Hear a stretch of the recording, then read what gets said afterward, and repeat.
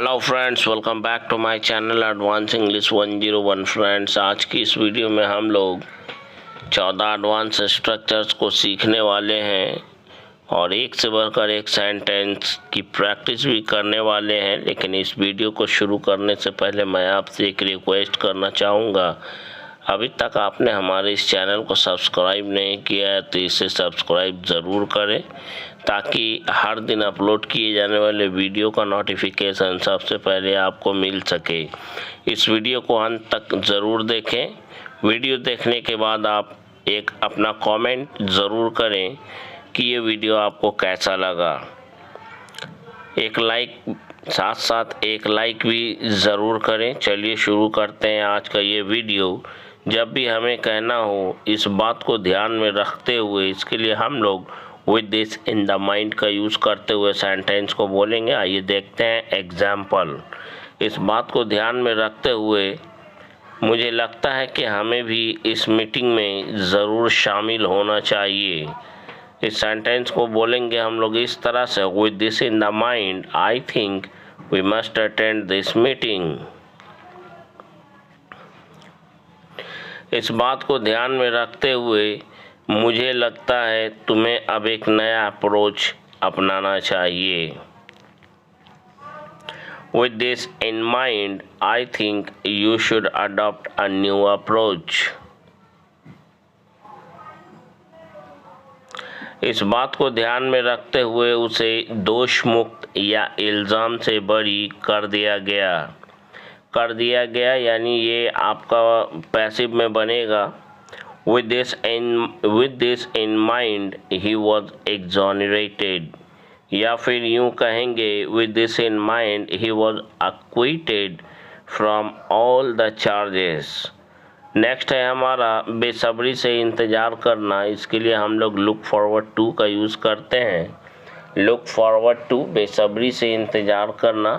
कई वर्षों के बाद मुझे अपने बचपन के दोस्त से मिलने का एक सुनहरा मौका मिला और मैं अपने दोस्त से मिलने के लिए बहुत बेसब्री से इंतज़ार कर रहा था। After many years, I got an opportunity to meet my childhood friend and I was looking forward to meeting him. Looking forward to के बाद आने वाला वर्ब का फॉर्म ing फॉर्म में होगा, ध्यान रखेंगे। मैं तुमसे मिलने के लिए बहुत ही उतावला हो रहा था। I was looking forward to meeting you.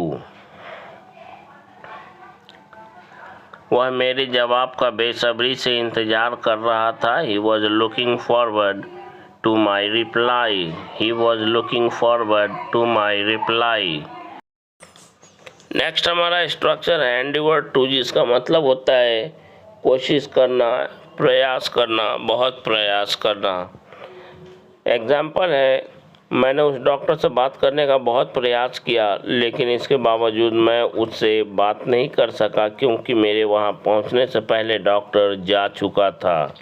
I endeavored to talk to that doctor but in spite of that, इसके बावजूद but in spite of that I couldn't talk to him because he had gone before I reached there.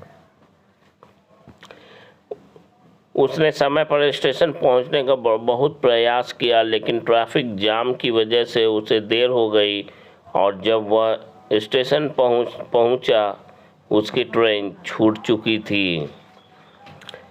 He endeavored or tried to reach the station on time, but due to traffic jam or traffic congestion, he got late to reach there, and by the time he reached the station, he had missed the train.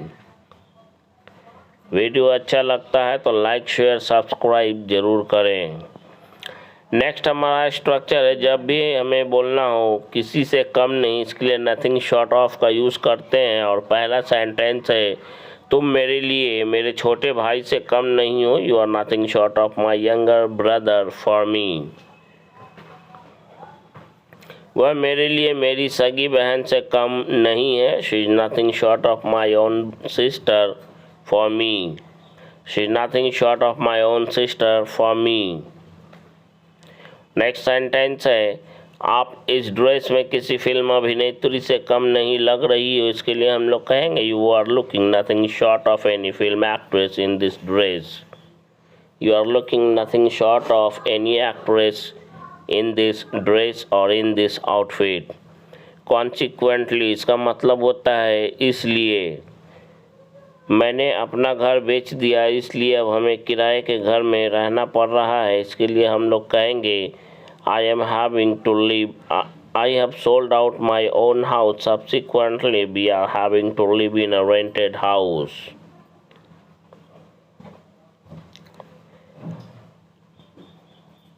उसने किसी के हत्या कर दी है, इसलिए उसे सजा मिलनी ही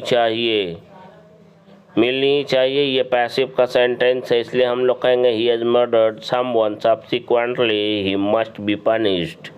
He must be punished. Next हमारा है there is something that, जिसका मतलब होता है कोई बात तो है जो।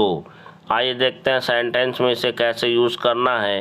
सबसे पहले प्रेजेंट के लिए there is और पास्ट के लिए there was something का यूज़ करेंगे, उसके बाद that, उसके बाद अपना कंप्लीट सेंटेंस को रखेंगे। कोई तो बात है जो तुम मुझे बताना चाहते हो, there is something that you want to tell me. There is something that you want to tell me. कोई तो बात थी जो वह चाहते हुए भी नहीं छिपा सका। There was something that he could not hide even if he wanted to. There was something that he could not hide. Next sentence है कोई तो बात थी जो तुम कहना चाहते थे, इसके लिए हम लोग कहेंगे there was something that you wanted to say. There was something that you wanted to say. कुछ तो बात है जो तुम मुझे बताना नहीं चाहते। There is something that you didn't want to tell me.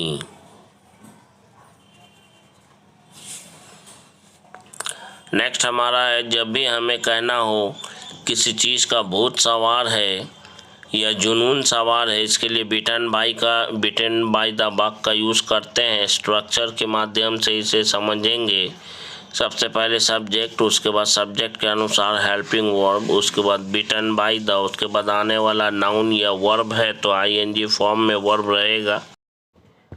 उसके बाद सेंटेंस के लास्ट में बग का यूज़ करेंगे। पहला सेंटेंस उसे अमीर बनने का भूत सवार है या जुनून सवार है, इसके लिए हम लोग कहेंगे he is bitten by the becoming a rich bug.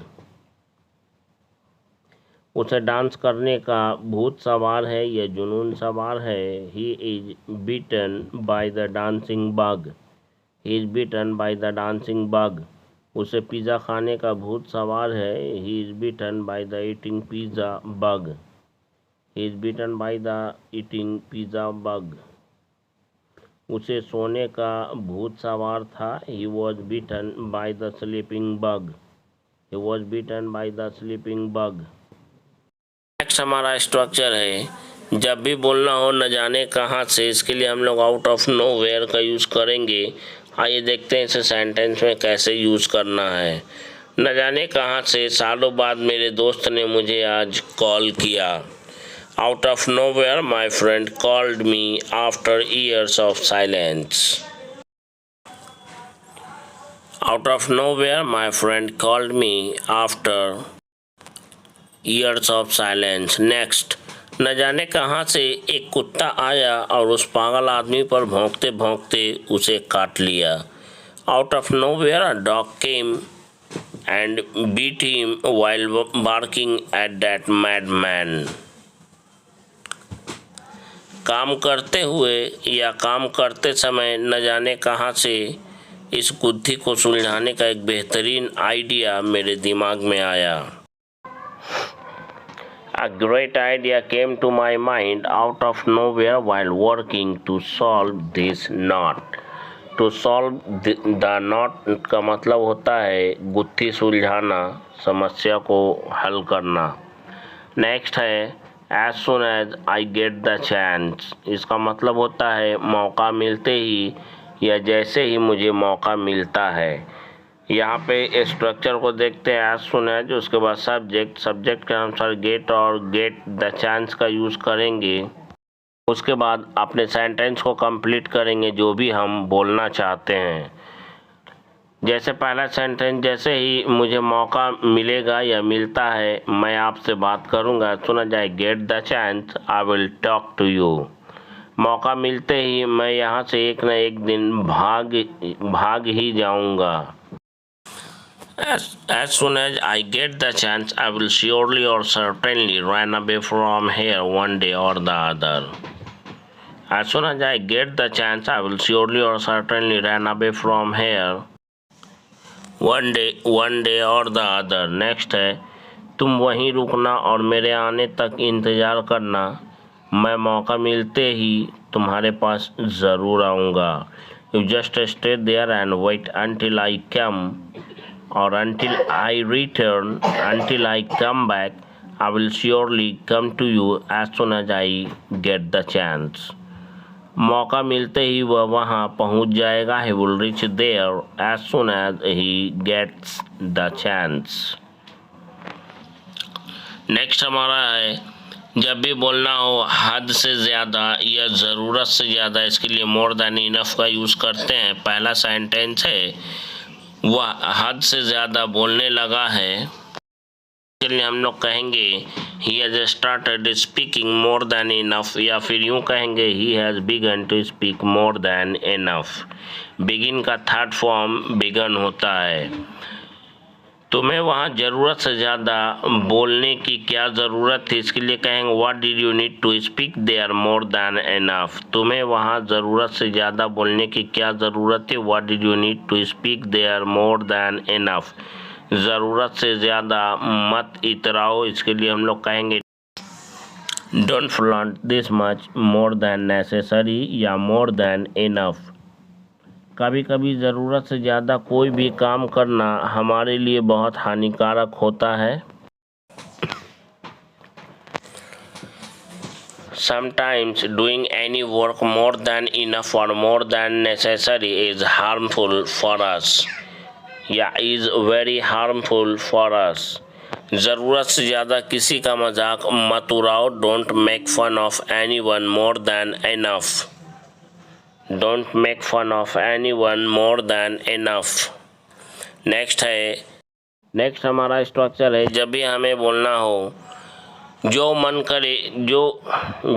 करे वो करो, इसके लिए हम लोग whatever का यूज़ करेंगे। उसके बाद फील और फील्स का यूज़ सब्जेक्ट के अनुसार करेंगे। सब्जेक्ट अगर सिंगुलर है तो फील्स का यूज़ करेंगे, प्लूरल है तो फील का यूज़ करेंगे। आइए देखते हैं पहला सेंटेंस। आपको जो मन करता है पढ़ो, read what ever you feel. उसे जो मन करता है करने दो, लेट हिम और her do what ever he और शी फील्स।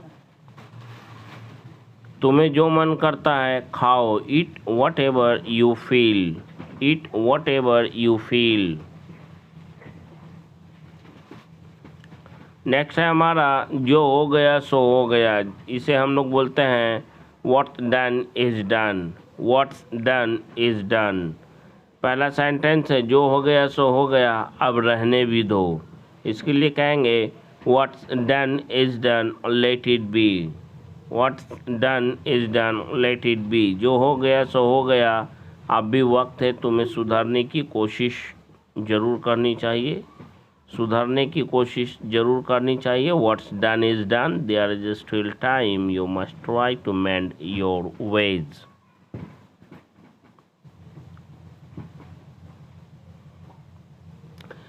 नेक्स्ट है, जो हो गया सो हो गया, अब उसे जाने दो। What's done is done. Let him go now. What's done is done. Let him go now. Next हमारा स्ट्रक्चर है एज फॉर प्लस नाउन से बनने वाला, जिसका मतलब होता है जहाँ तक से शुरू होने वाला सेंटेंस। जैसे पहला सेंटेंस, जहाँ तक मेरी बात है मैं सहमत हूँ कि हमें इस मामले पर कोई चर्चा करने की ज़रूरत नहीं है। As for me that I agree, as for me I agree that we don't need to discuss this matter further. As for me that I agree that we don't need to discuss this matter further. जहाँ तक उसकी बात है मैं उसे अपनी तरफ से समझाने की पूरी कोशिश करूँगा। इस सेंटेंस को बोलने के लिए हम कहेंगे as for him, I will try my level best to make him understand. As for him, I will try my level best to make him understand. जहाँ तक तुम्हारी बात है, तुम आज के बाद उससे कभी छिप कर मिलने की कोशिश मत करना. As for you, don't ever try to meet him furtively from today onwards. Furtively का मतलब होता है छुप छुप कर मिलना. रही बात तुम्हारे बच्चे की, तुम उनकी चिंता मत करो, मैं हूं ना. As for your kids or children, you don't worry about them. I am with you. Yeah, I am there. So dear friends, ये वीडियो आपको अच्छा लगता तो लाइक शेयर सब्सक्राइब और कमेंट ज़रूर करेंगे. नेक्स्ट एंड लास्ट स्ट्रक्चर हमारा attribute to, जिसका मतलब होता है श्रेय देना, उत्तरदायी ठहराना या मत्थे मरना. स्ट्रक्चर है इसका,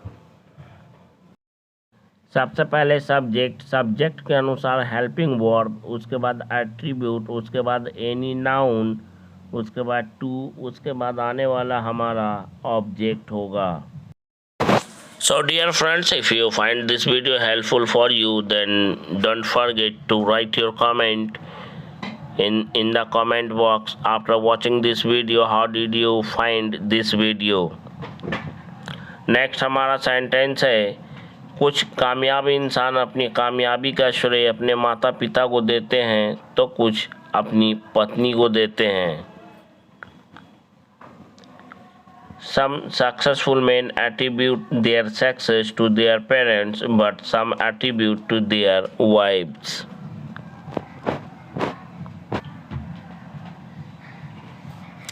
मैं अपनी शानदार सफलता का श्रेय अपने मम्मी पापा को देना चाहता हूँ.